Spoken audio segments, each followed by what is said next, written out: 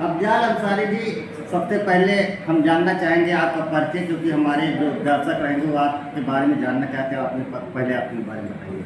मैं अफजाल अंसारी सुल्तानपुर प्रदेश महासचिव all India पासमानदा मुस्लिम महाज की हैसियत से संगठन में काम कर रहा था और हमारे राष्ट्रीय अध्यक्ष जनाब परवेज हनीफ साहब ने हमारे दायित्व को कुछ बढ़ाया, जिम्मेदारी कुछ बढ़ाई है और हमको प्रदेश अध्यक्ष मध्य जोन की जिम्मेदारी दी गई। आपको पासमानदा समाज का प्रदेश अध्यक्ष बनाया, इसके लिए आपको बहुत बहुत धन्यवाद है। हम ये जानना चाहते हैं कि पासमानदा समाज का प्रदेश अध्यक्ष बनने के बाद आप इस समाज के बारे में क्या आपकी नीति रहेगी? हमारी नीति यह है कि पासमानदा समाज के जो 65 बिरादरी हैं, चुल्हा, दुनिया, कसाई, चिकवा, टफाली, मुफ्ती, दर्जी, फ़कीर, ये चूड़ियार और हमारे मंसूरी और रंकी, इन सभी साथियों की सामाजिक, राजनीतिक, आर्थिक और शैक्षिक रूप से आगे बढ़ाना हमारा और हमारे संगठन का उद्देश्य है। देश में कांग्रेस की भी सरकार ही लंबे साल तक रही, करीब 70 साल तक रही, जो भारतीय जनता पार्टी की सरकार आई केंद्र में, और इस 10 साल में भारतीय जनता पार्टी की सरकार थी। तो क्या समाज के लिए अभी तक जो है इन सारी सरकारों ने नहीं किया?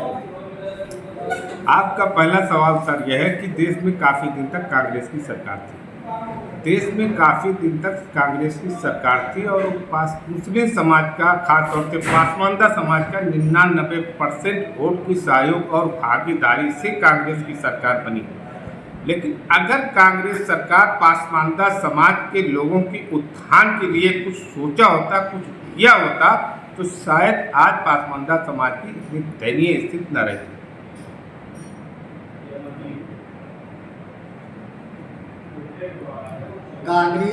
आप कांग्रेस सरकार को दोषी मान रहे हैं, जो कि 2005 में जो है सचर समिति गठित हुई, और आप कह रहे हैं कि हमारे समाज के पिछड़े निचले तबके जो लोग हैं उनके लिए उत्थान नहीं हुआ। तमाम सरकारें नहीं, चाहे देश में हो चाहे प्रदेश में हो, गरीबों के लिए कल्याण योजनाएं बनाई गई हैं। आज भी भारतीय जनता पार्टी ने गरीबों के लिए, पिछड़ों के लिए, दलितों के लिए, अल्पसंख्यकों के लिए कल्याण की योजना बनाई। आप किस तरीके की योजनाएं चाहते हैं जो समाज, आप अल्पसंख्यक समाज की कल्याण की योजनाओं की जो बात कर रहे हैं, मैं उस पर कहना चाहूँगा कि अल्पसंख्यक समाज में जो मजबूत मुस्लिम समाज के लोग हैं, उन लोगों को आगे बढ़ाया गया है, उन लोगों को मजबूत किया गया है, उन लोगों का सहयोग किया गया है। कमज़ोर समाज, पासमानदा समाज, लाचार बेबस समाज, डेली खाने कमाने वाले समाज को उनका हक अधिकार आज तक पूरा नहीं मिला। यदि उनका पूरा हक अधिकार मिला होता तो वो भी सामाजिक, राजनीतिक, आर्थिक रूप से, शैक्षिक रूप से मुख्य धारा में होते, आज वो पिछड़े न होते। आप जिस समाज के आज प्रदेश अध्यक्ष बनाए गए हैं, वो समिति जो है आपकी कब से चल रही है? संगठन हमारा संगठन बहुत पुराना संगठन है, 20-25 साल पुराना संगठन है। मैं कहता हूँ कि और पुराना संगठन होगा। अभी तो हम जो है 2 साल, 4 साल, 5 साल से काम कर रहे हैं। संगठन बहुत पुराना है। संगठन के हमारे महापुरुष, हमारे बुजुर्गों ने बहुत ही मेहनत किया, बहुत ही संघर्ष किया अपनी बात को आगे बढ़ाने के लिए और समाज को मुख्य धारा से जोड़ने के लिए। आपने कहा कि बहुत पुराना संगठन है, तो संगठन ने अपनी आवाज़ नहीं उठाई, या संगठन का जो है मतलब नेतृत्व कहीं ना कहीं ढीला रहा, जो अब जो है संगठन जागा हुआ है? संगठन ने आवाज़ भी उठाई और संगठन मजबूती के साथ काम भी करता रहा। लेकिन जैसा कि आप भी सम्मानित साथी हैं, देखते हैं आदरणीय पत्रकार बंधु कि हर जगह मजबूत लोगों की, सक्षम लोगों की, ताकतवर लोगों की सुनवाई होती है। पासमानदा समाज और पासमानदा समाज के लोग कमज़ोर हैं, पिछड़े हैं, इसलिए इनको अपनी मांगों को पूरी करने में उतना सहयोग नहीं मिला है। अच्छा, आप पासमानदा समाज के प्रदेश अध्यक्ष बने, आपको बधाई। आप जो है नगर पालिका की जो है सभासद के भी अध्यक्ष मनोनीत शायद किए गए, प्रदेश महामंत्री सभासद एसोसिएशन, और आप सपा में थे, समाजवादी पार्टी में काफ़ी दिनों तक रहे।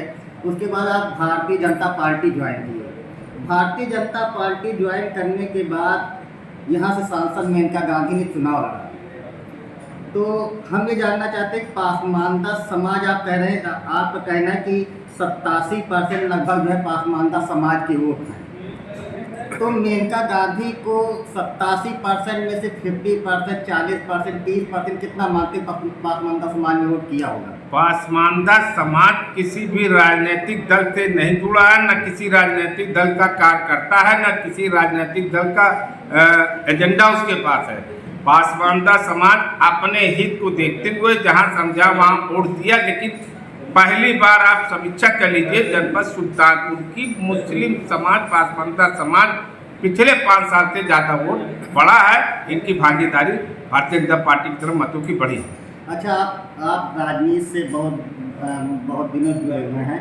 आप निचले तबके से लेकर कुछ स्तर तक की राजनीति में लोगों के साथ बैठे हैं, मतलब लगभग रहते हैं और सक्रिय भी रहते हैं राजनीति में। तो यहाँ पे सांसद मेनका गांधी ने चुनाव लड़ा, उनके हार का कारण क्या था? मेनका गांधी जी केंद्रीय नेता हैं, एक अच्छी नेता हैं। जनपद सुल्तानपुर का भाग्य था कि 5 साल यहाँ की सांसद थी। जनपद सुल्तानपुर का दुर्भाग्य है कि सांसद ने चुनाव हार। उनके हार का कारण ये रहा कि इंडिया गठबंधन के लोगों ने, जो चतुर चालाक लोग थे, जिन्होंने एक अफवाह छोड़ा, हिंदुस्तान का संविधान खतरे में, आरक्षण खतरे में। तो हमारे ओबीसी साथी आरक्षण के नाम पर, हमारे एससी साथी संविधान बचाने के नाम पर भाजपा को रोकना चाहे। उन्होंने अपना वोट सामने वाले गठबंधन को दिया है, गठबंधन की लोकप्रियता में नहीं दिया है। उन्होंने अपने संविधान को बचाने के नाम नहीं, आपके पार्टी का संगठन जो है सशक्त माना जाता है देश में। बूथ लेवल से लेकर के, वार्ड लेवल से लेकर के जिले लेवल तक के बूथ के कार्यकर्ता हैं। क्या आप इस चीज़ को मानते हैं कि मेनका गांधी की हार कहीं न कहीं पार्टी के लोग जो है सक्रिय नहीं थे?